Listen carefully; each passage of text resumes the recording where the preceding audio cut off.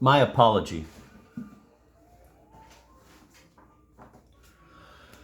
Of all the famous men who ever lived, the one I would most like to have been was Socrates.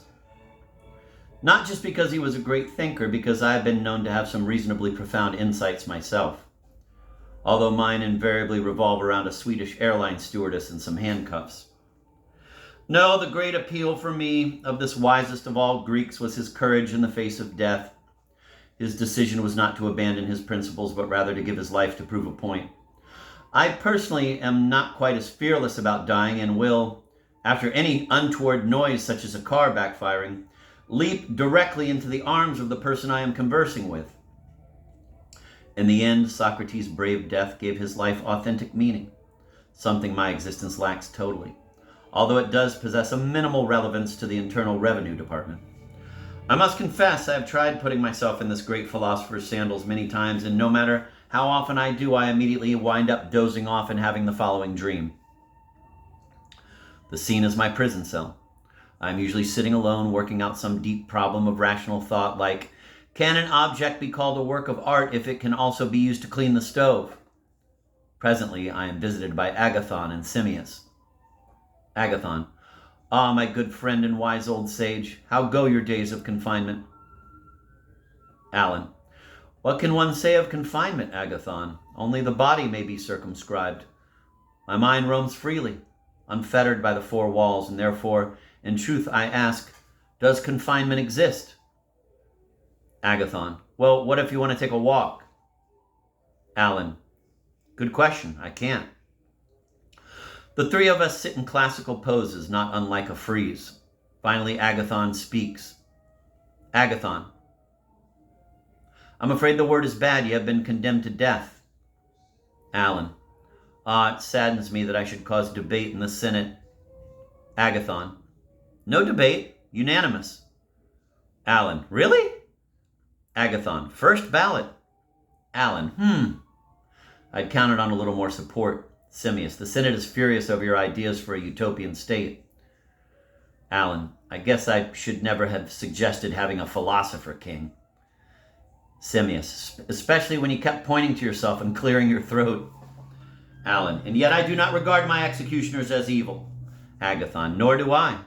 Alan: well, for what is evil but merely good in excess? Agathon: how so? Alan: look at it this way. If a man sings a lovely song, it is beautiful. If he keeps singing, one begins to get a headache. Agathon: true. Alan: and if he definitely won't stop singing, eventually you want to stuff socks down his throat. Agathon: yes, very true. Alan: when is the sentence to be carried out? Agathon: what time is it now? Alan: today? Agathon: they need the jail cell. Alan: then let it be. Let them take my life. Let it be recorded that I died rather than abandon the principles of truth and free inquiry. Weep not, Agathon.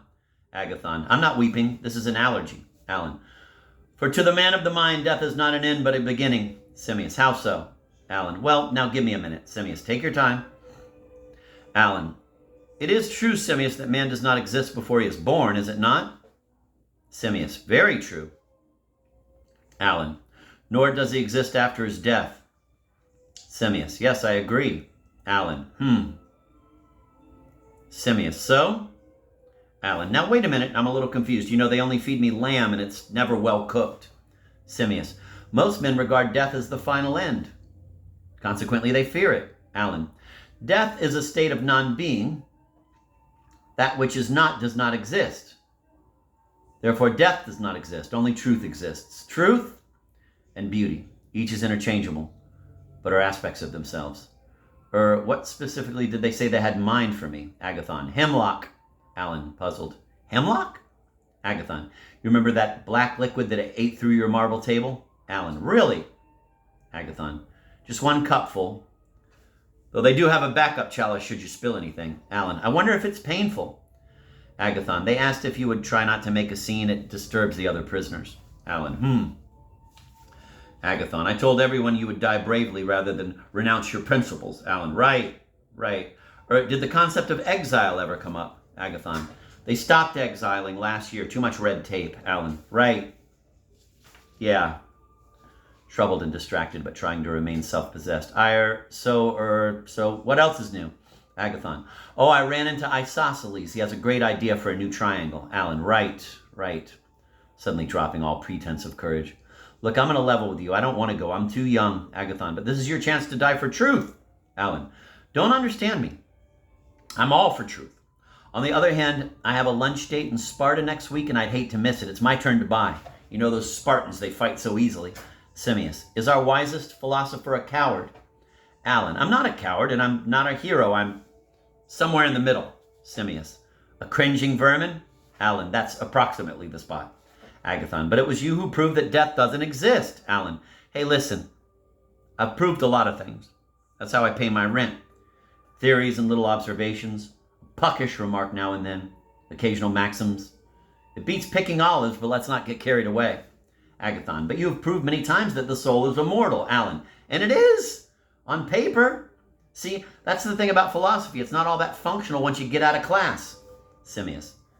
And the eternal forms? You said each thing always did exist and always will exist. Alan. I was talking mostly about heavy objects, a statue or something. With people, it's a lot different. Agathon. But all that talk about death being the same as sleep? Alan. Yes. But the difference is that when you're dead and somebody yells, everybody up, it's morning, it's very hard to find your slippers. The executioner arrives with a cup of hemlock. He bears a close facial resemblance to the Irish comedian Spike Milligan. Executioner. Ah, here we are. Who gets the poison? Agathon, pointing to me. He does. Alan. Gee, it's a big cup. Should it be smoking like that? Executioner. Yes, and drink it all, because a lot of time the poison's at the bottom. Alan. Usually here my behavior is totally different from Socrates, and I am told I scream in my sleep. No, I won't. I don't want to die. Help. No, please. He hands me the bubbling brew amidst my disgusting pleading, and all seems lost. Then, because of some innate survival instinct, the dream always takes an upturn, and a messenger arrives. Messenger. Hold everything. The Senate has revoted. The charges are dropped. Your value has been reassessed, and it is decided you should be honored instead. Alan. At last, they came to their senses. I'm a free man, free, and to be honored yet. Quick, Agathon and Simmias, get my bags. I must be going. Praxiteles will want to get an early start on my bust. But before I leave, I give a little parable. Simmias. Gee, that really was a sharp reversal. I wonder if they know what they're doing. Alan. A group of men live in a dark cave. They are unaware that outside the sun shines. The only light they know is the flickering flame of a few small candles which they use to move around. Agathon. Where'd they get the candles? Alan. Well, let's just say they have them. Agathon. They live in a cave and have candles? Doesn't ring true. Alan. Can't you just buy it for now? Agathon. Okay, but get to the point. Alan. And then one day one of the cave dwellers wanders out of the cave and sees the outside world. Simmias. In all its clarity. Alan. Precisely. In all its clarity. Agathon. When he tries to tell the others, they don't believe him. Alan. Well, no, he doesn't tell the others. Agathon. He doesn't? Alan. No, he opens a meat market. He marries a dancer and dies of a cerebral hemorrhage at 42. They grab me and force the hemlock down. Here I usually wake up in a sweat and only some eggs and smoked salmon calm me down.